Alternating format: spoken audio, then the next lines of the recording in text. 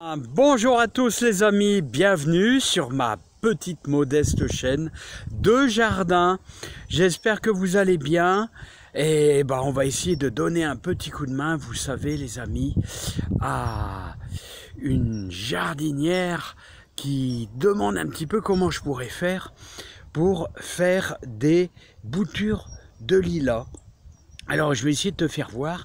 Alors le lilas il est assez capricieux, ah ouais, il nous fait un petit peu de caprice, le lilas, c'est pas toujours facile. Voilà, c'est pour ça que je vais te conseiller en tout premier une méthode. Chez ma belle-mère, il fait des tas de rejetons à son pied. Donc moi je te conseillerais, avec une bêche d'abord, de récupérer les différents pieds. Voilà, j'ai donné un petit peu, regardez les grosses cartes qui ont plus de 30 ans ici à l'intérieur de cet étang là. Alors comme je te disais, le lilas est toujours un petit peu capricieux. Ah ouais, par moment c'est délicat. Voilà, donc bon, je vais te faire voir la méthode pour faire les boutures, qui est relativement simple.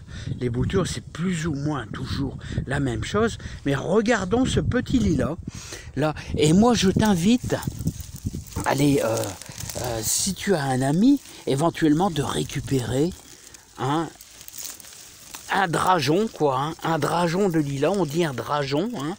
Les drageons, c'est-à-dire, ce sont les racines qui se développent et puis hop, tu as à nouveau un pied qui sort et tu as des tas de drageons. Regarde, ici on peut dire c'est un tout petit drageon de lilas.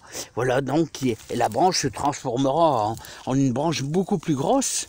Alors au lieu d'avoir là une seule branche, en général les gens, ce qu'ils font, c'est qu'ils laissent partir qu'une seule grande branche et à chaque fois qu'il y a un drageon, ils le coupent à la base. Voilà, ici c'est en buisson.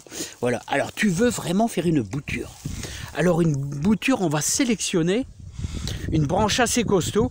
Comme ici on la voit, là celle-ci elle est bien costaud. C'est une branche de l'année.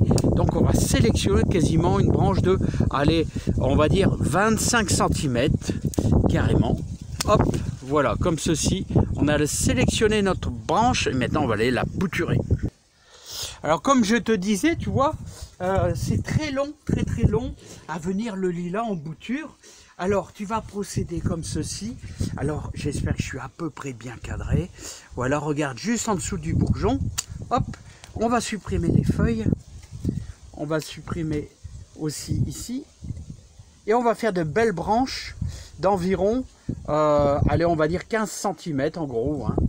15 cm, donc là on aura notre belle bouture. Les deux gros bourgeons là sur le milieu, tu peux les laisser, on va pas faire de blessure. Et en général ça démarrera là. Et c'est très long. Donc hop, tu vas implanter carrément à 3/4. Tu laisseras que le bourgeon du haut. Là on va faire la même chose.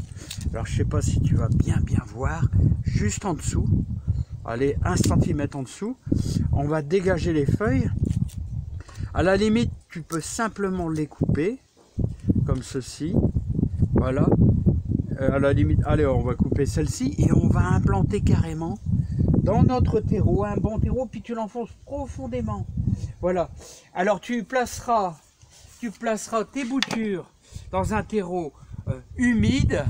Voilà. Et plutôt à l'ombre. Toujours en gardant de l'humidité, là, légère, les boutures. Voilà, il faut pas que ça sèche, il faut pas que ça pourrisse en ayant trop d'eau, mais je te dis, c'est très long. C'est pour ça qu'on choisit plutôt la méthode, on récupère un drageon, ça va beaucoup plus vite. Je t'invite à en faire plusieurs.